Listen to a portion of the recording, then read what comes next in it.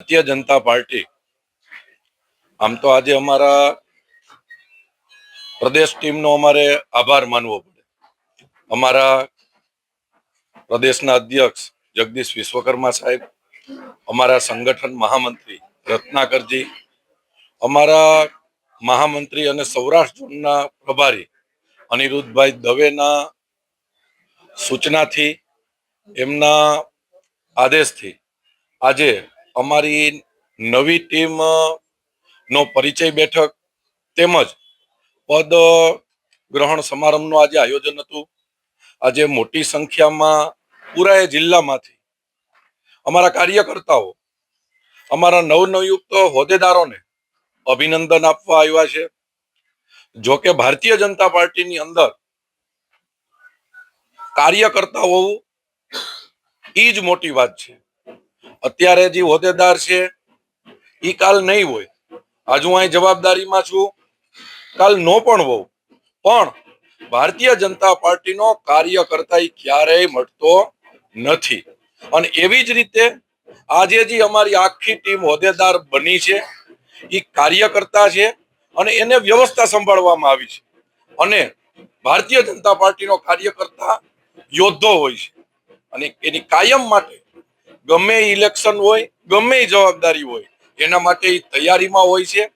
એવી જ રીતે આજે અમારી સમગ્ર ટીમ ભારતીય જનતા પાર્ટી જે જવાબદારી સોંપે એ નિભાવવા માટે અમે તત્પર છે.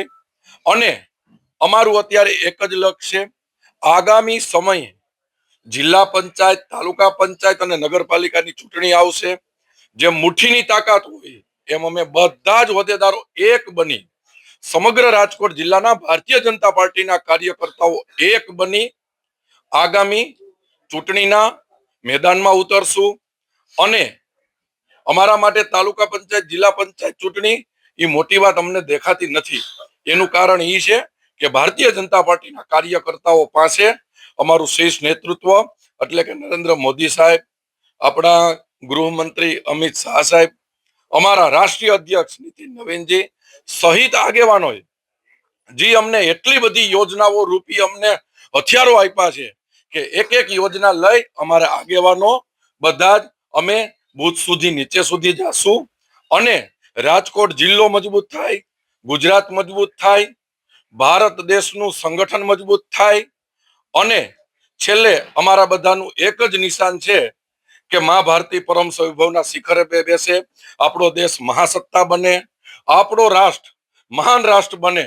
અને જે રીતે રામ મંદિર બન્યું, જે રીતે કાશી વિશ્વનાથ કોરિડોર બન્યો, જે રીતે હમણાં સોમનાથનો ઉત્સવ થયો, એવી રીતે સંસ્કૃતિ મજબૂત થાય, રાષ્ટ્ર મજબૂત થાય. એ આશય સાથે અમે એક એક કાર્યકર્તાઓ ભારતીય જનતા પાર્ટીને મજબૂત કરવા માટે કટિબદ્ધ છે અને મહેનત કરશું.